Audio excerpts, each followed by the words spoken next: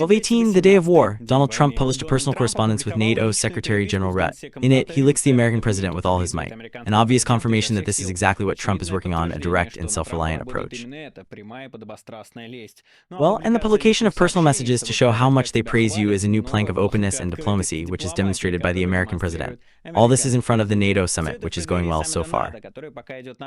Zelenskyy was eventually invited there. Western partners expressed support for Ukraine and reported that this year there will be no less help than in the past, which is good news. Volodymyr Zelenskyy in turn said that the defense of Ukraine can produce 8 million drones per year, but now there is not enough funding. Let's hope the partners heard. Now Trump and Zelenskyy are expected to meet. Both have confirmed, but as we know, this does not guarantee anything.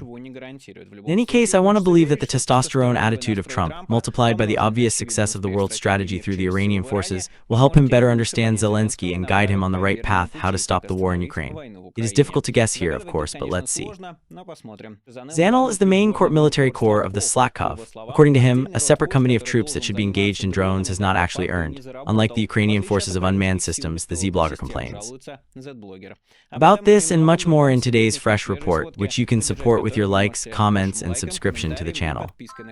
All these actions help promote the video, especially your subscriptions, so do not forget to click on them. As for YouTube algorithms, subscription during or after viewing the video is the most important indicator.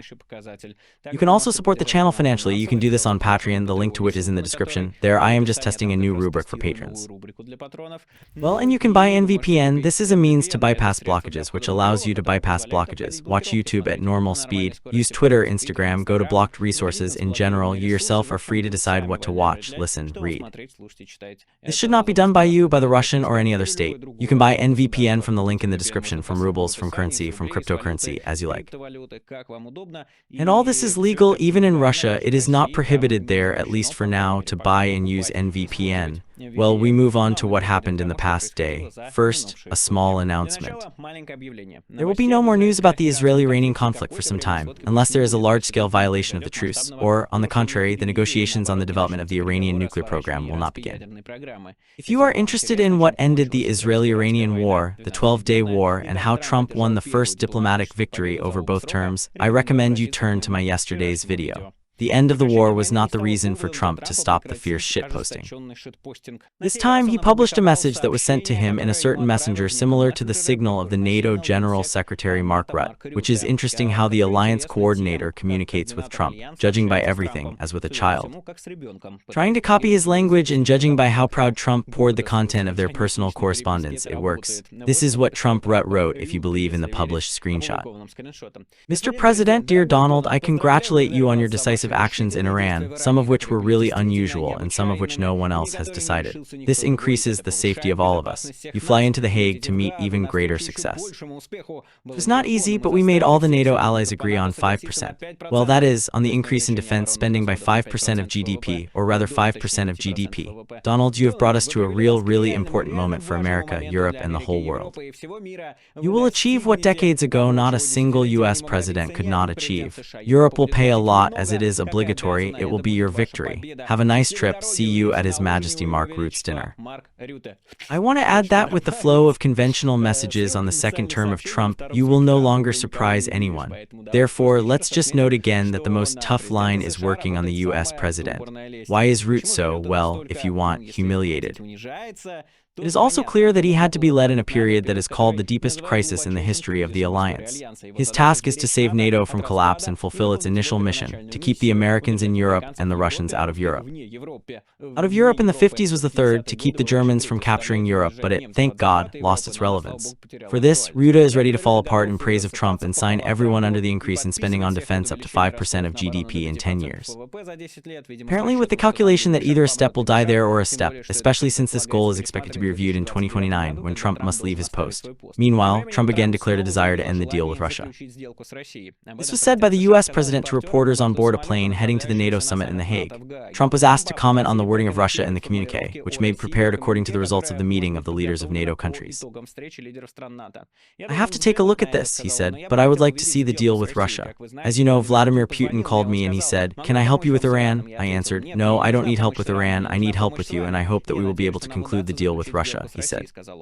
Let's hope that Trump has not yet let go of the testosterone euphoria that he caught after the resolution of the Iranian crisis, and that he is ready to conclude the deal with Russia in the same way, from the position of power, as with Iran. This, in particular, is indicated by the video that he published at night, where, under the song Bomb Bomb Bomb Iran, the American battle is flying, ha ha ha.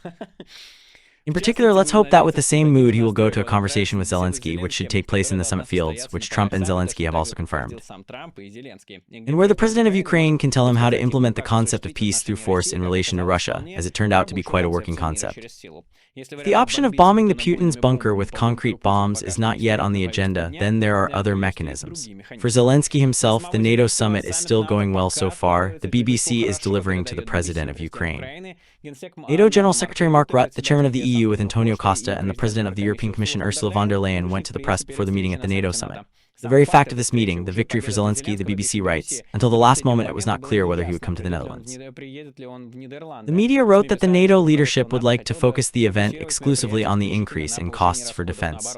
It was necessary to approve the US President Donald Trump, who is now unwilling to talk about Ukraine. But Zelenskyy arrived and the leadership publicly demonstrated support for him. Volodymyr, you are among friends, turned to him von der Leyen. Rutte recalled that the EU and Canada have already promised Ukraine to allocate more than 35 billion euros in 2025. NATO expects that by the end of the year the figure will be higher than last year's 50. He added that in the declaration, as a result of the summit, there will be important statements about the support of Ukraine. Until the last moment, it was unclear whether the allies of Ukraine would be mentioned at all. Rutte added that one of the goals of the allies is to make the country so strong that Vladimir Putin never again tried to capture even a square kilometer of Ukraine. Zelenskyy was a little talkative. Thank you for being with us and not just showing resistance, he said, and thanked the leadership of the EU and NATO. In the meantime, Putin apparently continues to make money beep on the backyard of every country in NATO. In Europe, they saw a threat in Russian missiles in Libya at the NATO summit in The Hague, Italy. To draw more attention, the situation with threats in North Africa and Libya has already been moved by part of Russian military equipment from Syria. Now here, as they are afraid in Europe, they can place Russian medium-range missiles capable of reaching southern Europe, writes German business newspaper Handelsblatt. Because of the war in Ukraine and the threat to the Baltic countries, NATO focused on its eastern flank and wants to strengthen its presence there, writes Handelsblatt. However, the move of Russian military equipment from Syria to Libya brought the southern front closer to NATO and the European Union, it is said in the publication. Prime Minister of Italy Giorgia Meloni at the beginning of this year already warned allies of NATO about Russia's activity in Africa and urged them to increase their presence on the continent. We are very focused on our eastern flank and do not realize that all the flanks of this alliance are potentially vulnerable, especially the southern one, said Meloni. At the summit, Italy's prime minister can support President François Emmanuel Macron, according to the publication. At the beginning of June, during Macron's visit to Rome between him and Meloni, an agreement on cooperation on issues related to Libya was reached. Italian expert on Libya Arturo Varvelli expressed hope for attention to the problems from the country of Cassero, Germany, Friedrich Merz, whose predecessor Nicola Scalz has never appeared in the region. The concern about the presence of Russia in North Africa is more relevant than ever, Varvelli says. Earlier, Italy drew attention to the southern flank so that it would not be forgotten, but today it is really dangerous, Varvelli said. Libya takes the central place in Russia's strategy in Africa, Varvelli believes. According to Varvelli, for Moscow, the presence in Libya is an opportunity to expand its influence in the Mediterranean and North Africa. To challenge NATO on the southern flank to provide its economic interests in the region, especially in the fields of smuggling, energy, and weapons. Libya can also be used as a base for Russian operations throughout Africa, where Moscow has been strengthening its influence for many years. The increase in the Russian military presence in Libya has made the southern flank of NATO much more dangerous, according to the Swiss Center Start Inside expert Claudio Bertolotti. According to him, now this affects not only the interests of certain countries. Therefore, the concerns of Italy will draw more attention to the NATO summit, Bertolotti says. The southern flank, according to the expert, is strategically important for NATO, since the Mediterranean Sea is the key transport route for Europe and the countries of North Africa, an important supplier of energy. After the overthrow of Bashar al-Assad in Syria, Russia transferred part of the military systems to Libya, pro-radioactive equipment, and relocated some military ships here. Russian military is present at the Taman Hint Air Base, located 1,100 km from Sicily, experts say, on which the building is sent. Taman Hint can be a local base for medium-range missiles capable of reaching southern Europe, says the publication Handelsblatt. In general, NATO itself is really planning to discuss the most important threats. It will be shortened. I remember under Trump it was specially made as short as possible so that he would not get bored and not fly away. Although, now in recent days in general, a lot is said about all sorts of Western publications. And I just want to remind you that the Western publications are thrown in no less than the Russian ones, well, Russian-speaking ones. Therefore, it is necessary to treat everything with skepticism. Here is my recipe, for example, which I look not at the insides of the publications, but at the arguments that are brought. Today we will talk about one of the publications, where it is said that Russia can fight at the same pace until 2027. This is absolutely the story from the perspective of a scientist who raped a journalist. Well, we will come back to this. Now, for example, a lot is discussed that supposedly CNN, well, not supposedly, but CNN and New York Times said that according to American intelligence data, it means that it was not possible to bomb Iran's nuclear program. This is not true. First of all, CNN and New York Times write that this is some kind of preliminary conclusion, some kind of preliminary commission. Inside the intelligence department, which is led by, I will remind you, Tulsi Gabbard, who is a sadist and absolutely pro-Iranian, pro-Russian, and so on.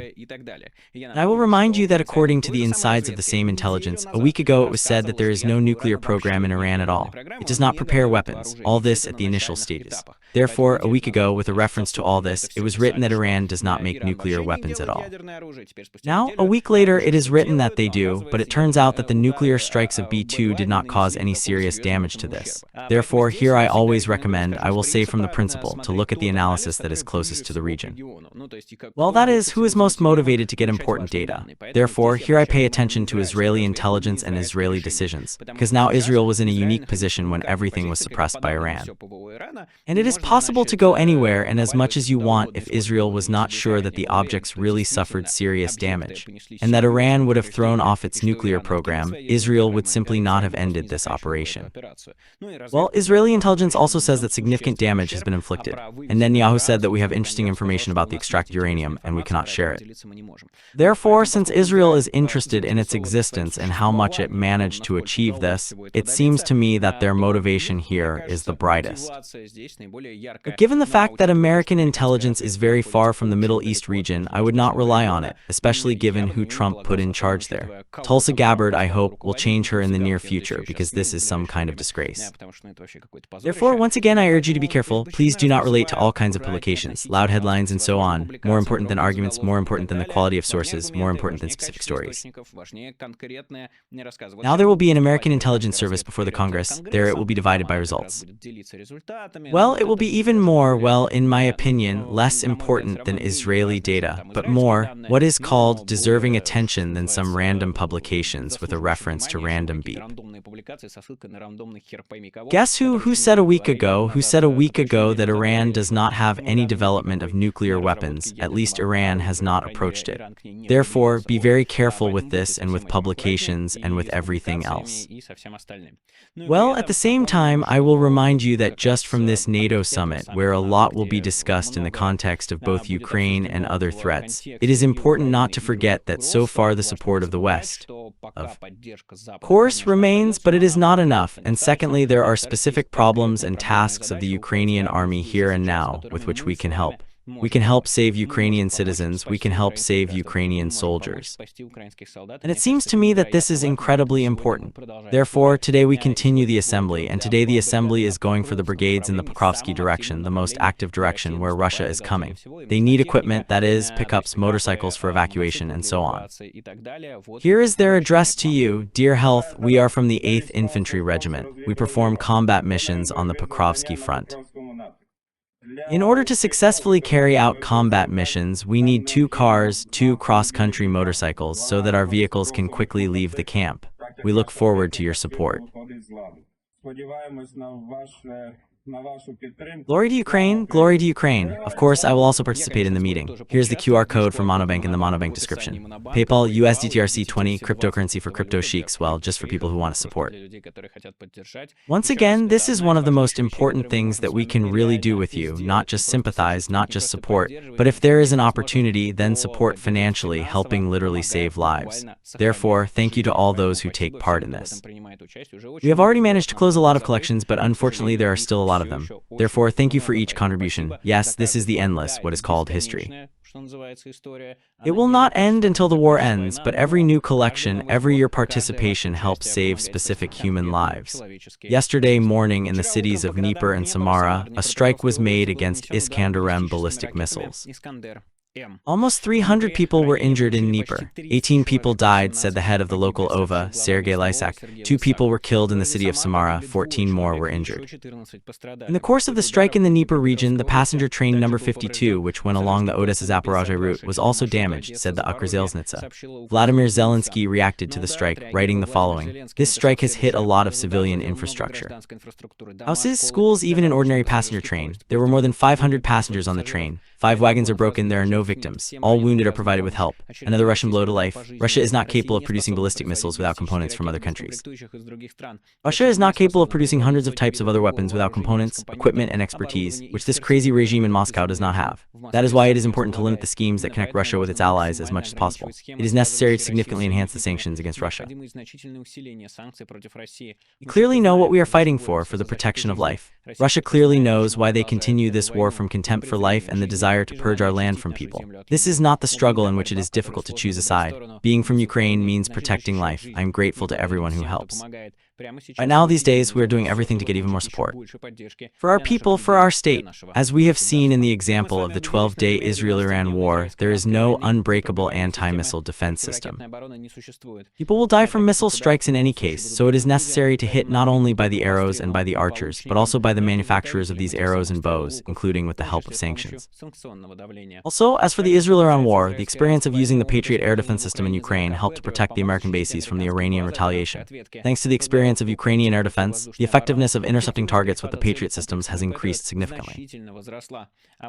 The main editor of Warzone, Tyler Rogovy, said in a post on his Twitter page, according to him, a number of software updates for these systems appeared. Precisely as a result of their intensive use in Ukraine, the conditions in which Ukrainian anti-aircraft guns work have allowed the developers to modernize the hardware component of the complex. Rogovy also noted that the anti-aircraft guns from Saudi Arabia, which were used to counter the Hussite system, contributed to the improvement of the Patriot system. However, according to him, Ukrainian experience allowed to make a significant leap in the development of the system. This statement was voiced against the background of Iranian strikes on American objects in Qatar and Iraq, which again emphasized the importance of reliable anti-missile defense. It can be assumed that the analyst meant, first of all, a unique experience of using the Patriot system in the PAC-3 modification, aimed at intercepting ballistic missiles. Meanwhile, Russia continues to kill and cripple residents at the front settlements, reports the police of the Donetsk region. Russia continues to kill and cripple residents at the front settlements, reports the police of the Donetsk region. Police recorded 3,480 enemy shelling on the front line and the residential area. Police recorded 3,480 enemy shelling on the front line and the residential area. There were 8 settlements under attack: Dnipropetrovsk, Konstantinovka, Lyman, Myrnograd, Pokrovsk, Yurovy village, Ivanopoly, Turskaya. There were 8 settlements under attack: Dnipropetrovsk, Konstantinovka, Lyman, Myrnograd, Pokrovsk, Yurovy village, Ivanopoly, Turskaya. 21 civilian facilities were destroyed, 17 residential buildings. Now let's move to the front line. Let's start with the border with Dnipropetrovsk region. In the Pokrovsk region, according to Deep State, Russian armed forces has advanced in the area of Toretsk on the eastern flank, continuing to capture Myrnograd from the east. The project also reports the situation on the western flank of the direction, where the Russian troops continue to rush to the Dnipropetrovsk region. The Russians were defeated on the western outskirts of Novoseljivka by the Black Sky units, the 3rd separate brigade of the Spartan operational mission. The VSRF infantry is constantly trying to push and sink through the defense orders of the defense force in the direction of the administrative border of the Donetsk region, they write in Russian deep state. Moreover, they do this very persistently in order to achieve this administrative border and use it primarily in the media. Usually these attempts to break through end in one direction, the Russians remain there forever. However, we are checking the information about the transition of Novoseljivka under the control of the Russians, the authors of the project announced. This channel was just taken in quotes by Novoseljivka, but it is not excluded that, as usual, in the credit. In the Toretsk direction, deep state fixes the promotion of Russian armed forces in the area of Nelipovka and Romanovka, as well as in Linovka. It can be assumed that the defense forces began to leave the pockets to the southwest of Sh Sherbanovka and Pokrovsk to focus on the defense of a more compact section of the front and not to be cut off by the measure of the Russian offensive on Konstantinovka. The expansion of the VSRF bridgehead in the Lymansk direction also continues. The Russians occupied Novomikhailovka and advanced in the area of Grekivka, one of the last settlements remaining under the control of Ukraine in the Lugansk region. The occupation of Grekivka, which the Z channels write about, is not yet confirmed in the deep state. Both of these settlements are located in the northern part of the Russian bridgehead on the western bank of the river Zherbets. Obvious operational goals are not seen in this direction, most likely. The VSRF simply strives to expand the bridgehead in all possible directions in order to fully rely on it and gain certain freedom of action for further strikes. On Lyman, Seversk and Slaviansk, the Kupiansk direction, let's move on to it. The deep state notes Russian tactical successes in the area of Radkovka and Golubovka. In combination with the battles in Kondrashivka, the Russian plan to capture Kupiansk from the north, which in the future will allow to storm the western part of the city, without forcing the Oskal River into the city line. The forces of unmanned systems and Ukrainian armed forces began to publish daily detailed reports of defeated and destroyed targets. According to the infographics for the period from June 23 to June 24, Robert Madyar discovered. In a day, the group, which includes, in addition to its own SBU units, also unmanned units of land troops entering the drone line, hit 723 targets, destroying 195 of them, including, for example, 144 units of the private unit of Russian armed forces, of which 93 were destroyed, and 80 units of light automotive equipment were destroyed, 20 were destroyed. The statistics of the SBS group are advantageously different from the data of the CPSU headquarters, namely the breakdown of the destroyed targets or the wounded and the killed, respectively. It remains only to wish for further improvement of this statistic, to which the Madyar actually strives, which I talked about in the video dedicated to its purpose and the drone line project. Of course, the effectiveness of the SBS and the drone line depends, first of all, on the separation of all necessary units, and here can help the Western investments in the Ukrainian defense. President of Ukraine at the NATO summit said that the defense potential of Ukraine is over $44 billion. This is almost 1,000 types of weapons from artillery to drone missiles. However, about 40% of this potential remains without the necessary funding. We can produce up to 8 million drones a year, but the money is only for a small part. At the same time, Russia finances the war not only due to oil, but also due to the help from the DPRK and Iran. Therefore, the best defense is united solidarity, said Iran. There are already movements in this direction. The Minister of Defense of the Netherlands reported that contracts with Ukrainian companies for the production of 600,000 drones for Ukraine have been signed. 500 million euros will be allocated to this country. In addition, another 175 million euros will be allocated to 100 radars for the detection of drones, 20 unmanned evacuation vehicles, wounded, and additional drone deliveries. Great Britain is also using another interesting scheme. They will launch, in cooperation with Ukraine, the production of Ukrainian models of drones for the needs of the defense forces. President of Ukraine Volodymyr Zelenskyy and British Prime Minister Keir Starmer agreed on this on Monday, said the Ministry of Defense. The agreement, which is expected for the next 3 years, provides funding to the British government for the purchase of a wide range of Ukrainian drones that will be produced together in the country. Thanks to this, the British defense companies will be able to quickly design and produce the most modern drones on a large scale. Ukraine is the world leader in the development and production of drones, and the technology of their development is updated on average every 6 weeks, emphasized in the British Ministry of Defense. While there is a full-scale war with Russian occupiers, all products will be directed at the needs of the defense forces, said the Minister of Defense of Ukraine, Rustem Umerov. At the same time, after its completion, Great Britain and Ukraine will distribute them among themselves. As I told in my video about the military industry, one of the problems of European defense is a too slow and bureaucratized process of development and adoption of new weapons. Now this problem is supposed to be solved at least partially, using the ready-made Ukrainian models. In addition, this is also an international recognition of the innovative defense cluster of Ukraine, which was supposed to be after the war and should be after the war become the arsenal of democracy, but in fact takes on this role already now. Meanwhile, the head of the SBU, Vasily Malik, has still shared unsolved details of the Putin operation. I devoted bold attacks on the Russian strategic aviation to a separate video, and since then there has been much more interesting information about it. As it turned out, the operation became possible thanks to all-encompassing Russian corruption. The head of the SBU told about about bribes to Russian customs officials for the transport of drones that attacked military airfields. A key technical element of the preparation of the operation for 1.5 years, Madyar called autonomous houses with solar batteries and a charging system installed in trucks. They allowed to support the maximum battery charge of UAVs before the start of the attack on Russian airfields. However, the transport of cargo to the territory of Russia, according to Madyar, was difficult because some of the equipment needed for the operation was under sanctions. Because of this, questions arose for the customs officer of the cargo, according to Malyar's comments. "We had to give bribes to Russian customs officers," Malyar is quoted by the Washington Post. In total, according to Malyar, 117 UAVs were imported to Russia with special batteries. The operators of these drones aimed at fuel tanks, aircrafts, and sensitive avionics during the operation that the enemy does not have in reserve, said the head of the SBU.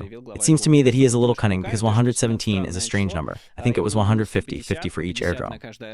Just one, as you saw, did not arrive, and 3 more perhaps just could not be launched. Therefore, I think that the real number is 150 because 17 is strange. Well, that is like imagine they sit and count such 117 drones. Well, in short, a strange story. I think that in fact 150. We continue with other drones. Another very curious news about Ukrainian drones. Naval forces of the US destroyed a Russian chopper with a landing with the help of, you will not believe, Bayraktar, which in recent years disappeared from radars due to vulnerability to Russian PVO funds. But as it turned out, they found a niche in coastal defense. In the center of the project, Cyberborishniki launched a video in the area of the Tender Kos, occupied by the Russians of the island of Kherson region, which is obviously not covered enough by Russian PVO funds, which they used in the Navy, catching Russian soldiers on the rotation. Zeds complain about the slowness of the Russian Generalitat. Well, at the end of the Russian drone industry, there's one more thing. Here we are waiting for the exquisite invention of the courtier Alexander Sladkov of the ZNCOR. The state of Russian unmanned aircraft is worse than even his. Unfortunately, recently Russian drone operators can boast of significant success, as we know from Ukrainian military. But all this, unlike Ukraine, does not fit into a single system. This is what Sladkov writes. This is what is said in his publication. Honestly, he writes, until I feel a shot under the name of unmanned aviation as a separate family of Russian troops. It's been no more than 3 months since the enemy's declaration of pre-realization. We have stayed for a long time and haven't implemented it for a long time. We don't have an unmanned revolution. It didn't happen. Unmanned vehicles have potential. A huge statement was born. Even the president said about it, there are no troops. The Ukrainians appointed the commander of their unmanned aircrafts. The most active commander was Madyar. We are probably talking about the general position that appeared. So it turns out, will this bright talent or Prohanj be, they will make a military school without pilots. When? After tomorrow, after the day after tomorrow. If they don't make it through the airfield of Monin, I will. I'm not a bum of the earth, I'm disappointed as a citizen. Come tomorrow, why are you all the time today? If someone says that you can't fly high in Monin, I will remind you that the higher military school prepares commanders, not drone operators. There is a deep study of tactics and methods of application, not piloting details. You can go to a certain place for the airfield. But if there will be no fighter bomber, reconnaissance, transport, RER and RER without a pilot on the air, then, it seems to me we will be at the threshold of profanation. Although maybe everything is already being done, everything is already ready, we just don't know about it. But I have not heard about such examples for a long time. If I have offended someone, then this post deserves it. I wanted it. The president said, guys, it means that we need to perform. He considers it sweet. Well, in fact, he is like a little one. Despite the huge experience of the Russian army, it seems that he does not know that it is necessary not to perform, but to count on the well-done work and the acquired budgets, preferably with beautiful slides. Media was blown away by the assessment of Western intelligence, according to which Russia is ready to fight at the current pace until 2027. The forecast is gloomy, and for permanent readers and viewers, it is not particularly realistic. So let's take a look at what is said in the sources from the BBC. According to NATO estimates, economic opportunities will allow the Kremlin to continue the war with the current intensity at least until 2027, the Russian service of the BBC from the GAG summit conveys. But NATO believes that Russia has already reached the peak of military production and does not have the opportunity to further increase its volumes. At the same time, the US diplomatic efforts have not yet brought the sides closer to the world, because Vladimir Putin is only interested in short-term agreements that will benefit Russia, said at the GAG summit the high-ranking NATO official. NATO believes that Vladimir Putin has convinced himself that he is winning the war in Ukraine. The assessment of the alliance is more restrained. According to the official, they believe that such an optimistic assessment of the Russian leader is at least partially connected with incorrect intelligence data that the Kremlin receives. Answering the BBC question, the official admitted that Ukraine has been for some time and there is still a problem with the equipment of combat formations. Putin often talks about this in his speeches. How critical it is, it all depends on what Ukraine is going to do with it. They need to do something, said the spokesman. As you can see, the assessment of NATO concerns, first of all, the economic aspect. Here, too, one can argue whether the Russian VPK can work at the current peak level as the rest of the economy, according to the popular Natmef feminism, cools down. Anyway, military production is just one factor of the war on exhaustion. There is also the loss of a personal component and the ability to execute them, as well as the readiness of the population to continue to endure the pull of the war, which will become especially relevant if, more precisely, when the Russian economy, even if by the conclusion of the VPK, will fall into recession. In fact, I talked about all this in my video about the war on exhaustion. If desired, it can be refreshed in memory. In any case, we have anything in front of us, but it is not a general assessment of how long Russia will be able to continue the war at the current pace. For this, a much more complex analysis will be required. But let me remind you that not so long ago we saw a prognosis of respected analysts, truly respected, that the military potential of Russia will reach its peak in 2025, after which it will fall. Moreover, at such a pace that the current big Russian offensive can become the last, which I also have a separate video about. So by the year 27 you can safely predict, if not the world, then in any case, a significant decrease in the intensity of hostilities. Well, in general, it all looks like a classic joke about a scientist beep a journalist. I urge you to pay attention not to the conclusions of these institutions or publications, but to the arguments. There are none of them at all. How does Russia overcome the lack of money in the budget and the budget? How will military production be maintained at the current pace of the breadth of Russian factories? How will Russia attack when there is no equipment? The answer to all these questions is not given in this publication. Let me give you a fresh example so that you understand my skepticism. Stavropol factory, which produces silicon diodes for military and civilian purposes, stopped working and was on the verge of bankruptcy, reports CNews. The reason for bankruptcy was the execution of the state defense order, said the director of the company, Pavel Bordonenko. Ministry of Defense of the Russian Federation established a price tag of 2.6 thousand rubles per piece, although the cost to cover the expenses is 3.6 thousand. In 2024, the company received a loss of 149 million rubles. The production at the plant was stopped in March 2025. Loans for loans reached 230 million rubles. The accounts were arrested. Also, debts for salaries, taxes, and utilities arose. Uptron Stavropol is the only supplier of diodes for aviation generators, planes, dry superjet, MS-21. Well, what opportunities do we talk about until 2027? Please explain to me. In short, I don't see a reason to agree with such. This is not even an analysis, just with such a throw-in of Western publications with a reference to the summit at the Dovgak. Analyst Tadragami publishes a detailed review of the Russian tactics of motorcycle groups, which it is time to stop laughing at, as it is a serious threat. That's what he writes. Although they are called assault groups, motorcycle groups perform much more diverse tasks than just assault. Diversion, reconnaissance, penetration behind the front line, logistics, and flank support in the framework of larger operations. Moreover, motorcycles are primarily used as a means of quick delivery of infantry to the place of battle, and not as a platform for firing. As Michael Kaufman and Friedman's analysts note, more appropriate analogies are the dragoons, a cavalry that approached the field of battle at the top but fought on foot. Structure of the motorcycle assault group can vary depending on the specific unit, assigned tasks, and available resources. Usually such a group consists of 6-8 motorcycles with 1 or 2 fighters on each. At least one motorcycle in the group is usually equipped with a drone detection system. Also, the group usually carries 2 or 3 rep stations, either installed directly on motorcycles or carried in the backpacks of the fighters to suppress the channels of control of the drones during the attack.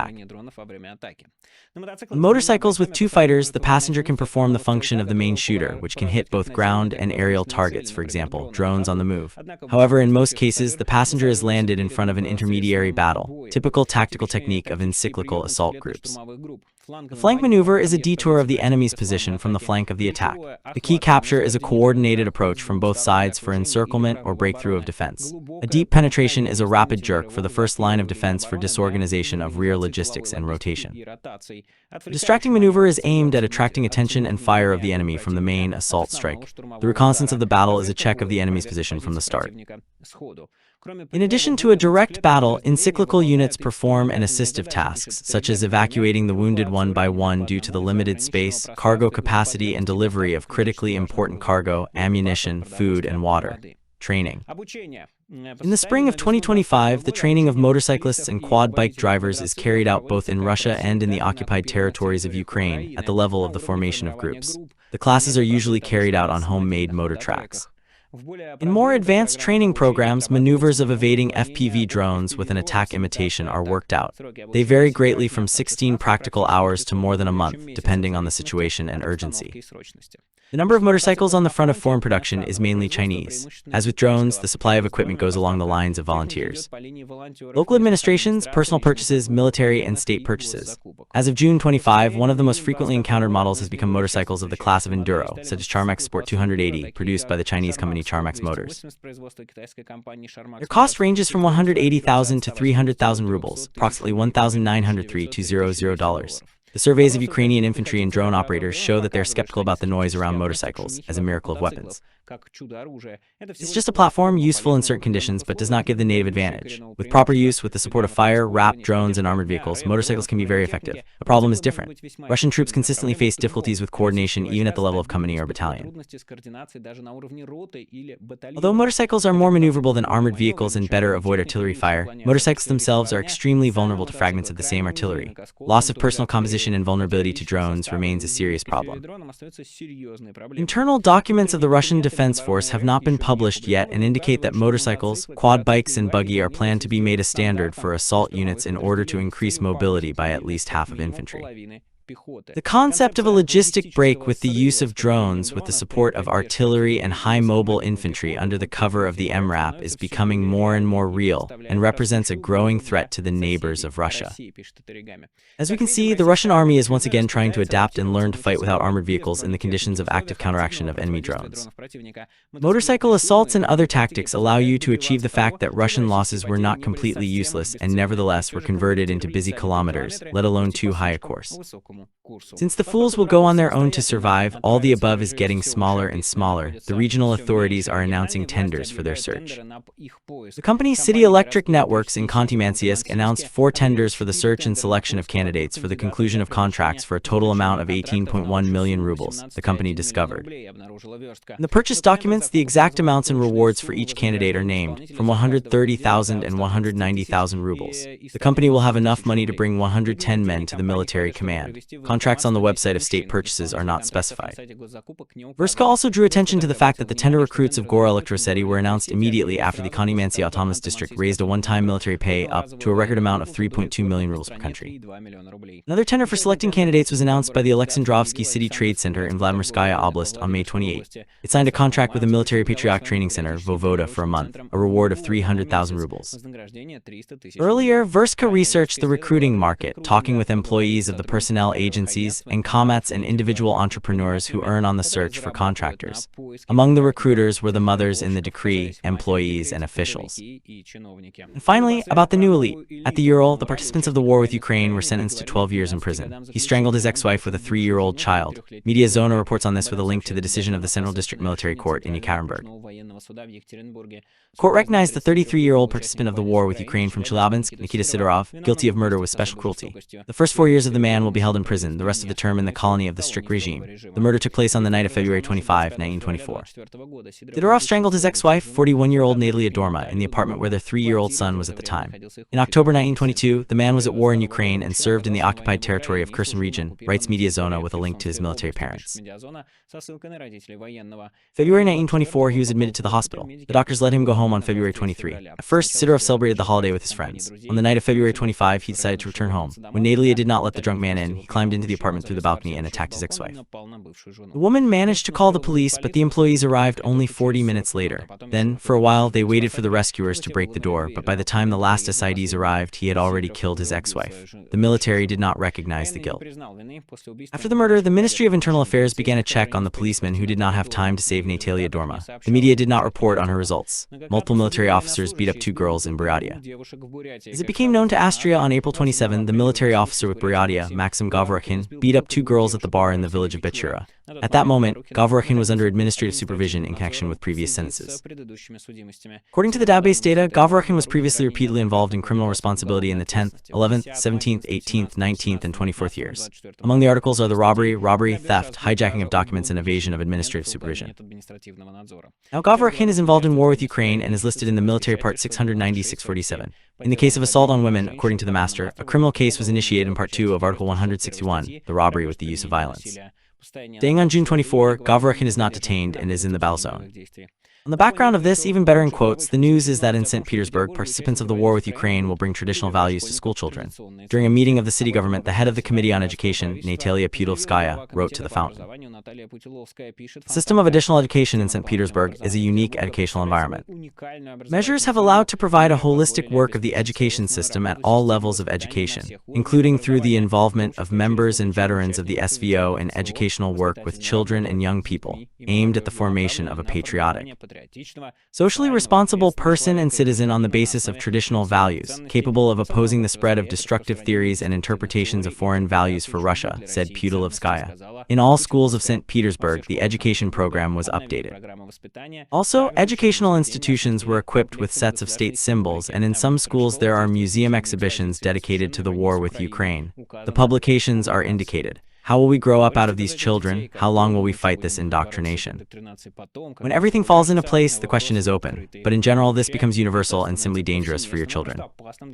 When such suffocators who like to cut someone with a bottle and so on come to your child at school, this is a threat, first of all, for your child. Michael Nacke was with you, and see you soon. All the best, bye.